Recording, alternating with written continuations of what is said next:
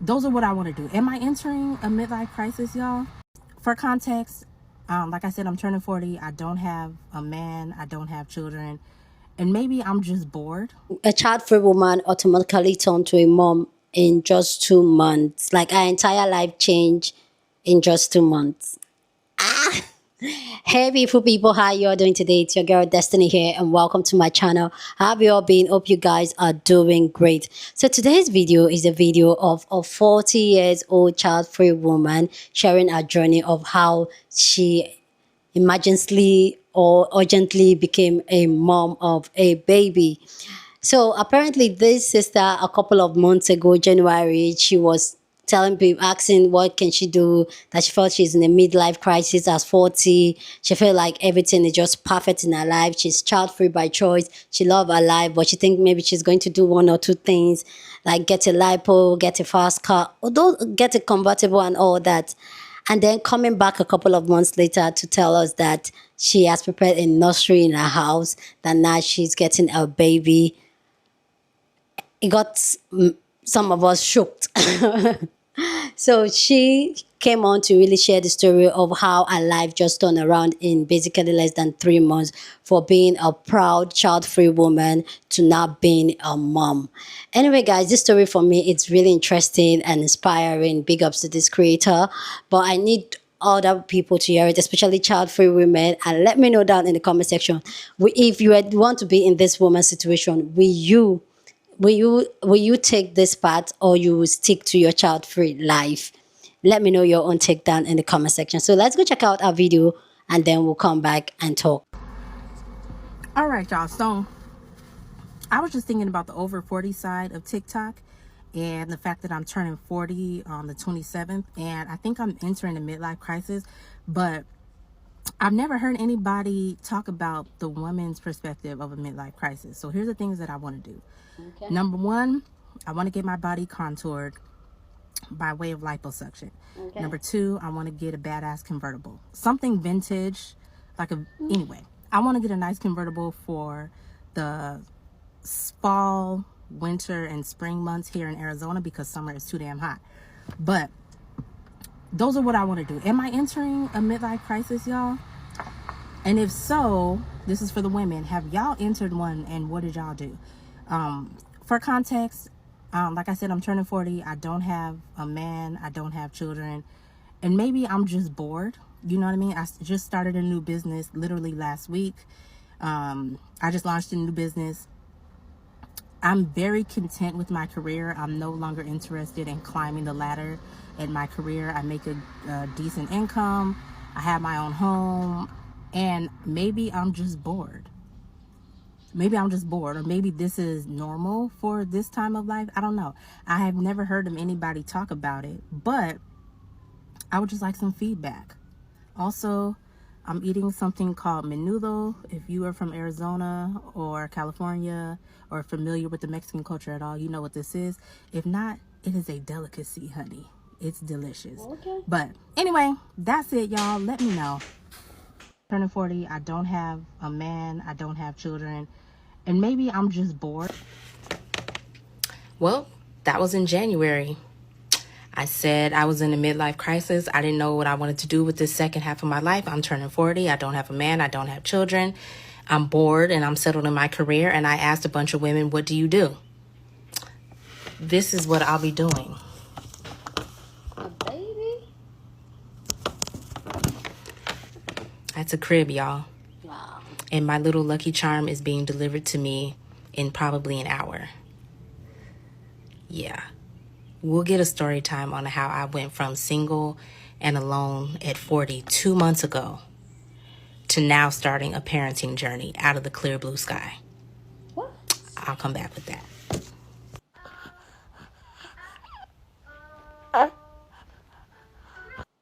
He's giving me an hour moment. All right, y'all.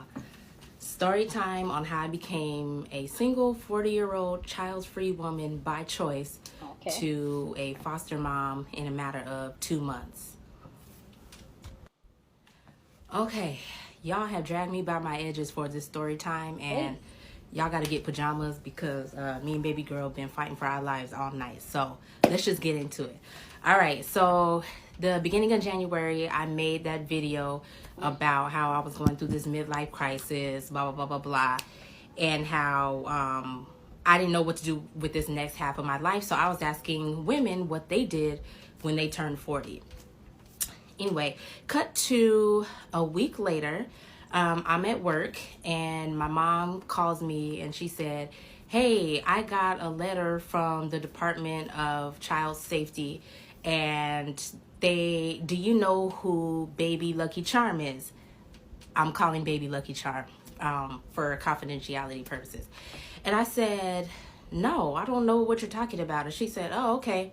And I said, all right. And she said, well, they're related to you. And I said, okay, well, you know, that's typically what happens when a child is in care. The state tries to find relatives and they send letters out to anybody who comes up as a relative. So I didn't think anything of it. Cut to the following week, January, I believe it was January 22nd. I am at work again and I'm on my lunch break, and I'm planning my 40th birthday retreat. If y'all want to see snippets of that, it's a couple videos back. I had 15 girls and we were doing a whole weekend celebration for me, but I get a phone call from an investigator from DCS telling me about Lucky Charm. And they asked me if I knew about Lucky Charm and I said no. And they said, well, basically we are looking for a relative placement home for her. Would you be open? They also said, please note that if you are open to being a foster home to baby, it may go to adoption. It may be not just a short-term foster situation, but it may end up going to adoption forever. So please keep that in mind before you make your decision. So I asked her to give me some time to obviously think about it because I felt like I was just hit by a bus, and that I need to do all my research about the baby, about my relative, the parent of the baby. So February 14th, Valentine's Day, I had a meeting with everybody. I had a meeting with the parents, the caseworkers, some other people from different agencies, and the emergency foster mom at that time. And at that time, I got information about the baby's medical needs, if there were any developmental or health issues with the baby, just to kind of get an idea of what I could potentially get myself into, right? So I got all that information at the meeting, and basically by the end of that week, after much prayer, talking to my mom, talking to my giant tribe of moms, I have well over 10 moms in my group circle, and just really mulling it over and thinking about her medical needs and possible medical needs in the future and all the time that I would have since I'm by myself to give to her, I decided to take her. Now, this decision did not come lightly because I knew that my entire life was going to change. I mean, I have nothing but freedom, financial freedom, and resources to do whatever I want, whenever I want, right? And I knew that this was going to change my life forever. But the one thing that I knew more than that was that this baby girl is my relative, and she's a little black girl who was already in the system right after birth, and she didn't deserve to be there. She didn't deserve all the things that came with her being born physically, and that there's no way that God blessed me with everything that I have to not help this little black girl have a fighting chance in life. And it was very simple for me. For some reason, I had peace with the whole situation. So yes, I mourned my single, fancy, free lifestyle, but I began to get excited about being able to give back to somebody who is my flesh and blood. So that's how it happened. After that meeting, I had home inspections. I had 2 home inspections. I had to sit down and go over paperwork with a kinship coordinator. They call family members kinship, and then other people foster parents, but it's the same role. And baby, they wanted to know everything. I had to provide my salary. I had to provide my spending budget. I had to give them background information on my relatives and my relationships with the relatives. I had to give them information about what I do for entertainment, how much money do I spend on frivolous things, my relationship with my mother, my tribe, my friends. Do you have friends? Are they moms? I had to give them information on what would be my parenting style. So it was a stack like this, honey. That stack was bigger than the stack of papers I filled out to buy my home. And if y'all are homeowners, y'all know. And which it needed to be, right? This is a little infant, and so they had to do their due diligence. So after I did that and they inspected my home, they gave me the okay to take baby girl, and then a motion to the judge had to go out to grant me physical custody. So that took about another week and a half. And then after that was granted by the judge, I got a phone call from baby girl's social worker, and she said, we will bring her up to you St. Patrick's Day, hence Lucky Charm. So yeah, all of this started around January 15th with the letter, and they brought her up here March 17th. 2 months to change my entire life, potentially forever. So if y'all are interested in my journey being a first-time mommy, I don't know how long this is going to be. It could be 6 months. It could be the rest of my life. But I'm learning this day by day. I'm so thankful to my tribe that has come to my house, giving me all the baby things, giving me all the tutorials in these past 2 months, and really just tried to prepare me as best they could for this journey. But I'm terrified. Woo! But I am excited, and I wanted to say a couple things. There are some people in here that went through the foster care system in my comments. I just want to tell y'all from the bottom of my heart, y'all are amazing and y'all are resilient, and God put y'all here for a reason. Honestly and truly, y'all are amazing people. So if you haven't heard that lately, I'm telling you that, and thank you for sharing your story with me. For the moms encouraging me on here, y'all please keep encouraging me. Even for the non-moms, if y'all just curious how this is gonna go, thank y'all so much. There are hundreds of beautiful comments wishing me and baby girl well, and I really do appreciate y'all. And I gonna finish out the rest of this week working remotely. I work in IT, and starting next week, I can't even believe I'm about to say this, I am going on maternity leave, honey, for 12 weeks to bond with baby. And I will be vlogging, I guess, my journey step by step. So if y'all are interested, I would love to have you. And that's it, y'all. Y'all have a blessed day. Wow. Wow. Some people have big hearts. So let me know down in the comment section if you're a child-free woman by choice. Let me know if you would take this type of responsibility, or if you would take this right. Is this something you would do when all your life, or recently you realize that you don't want to have kids and all that, and just boom, your life just changed, something like this happened, and you have to take in the child? Is this something you're open to do, or is it no for you? I want to know your own take and what you think about this woman's story.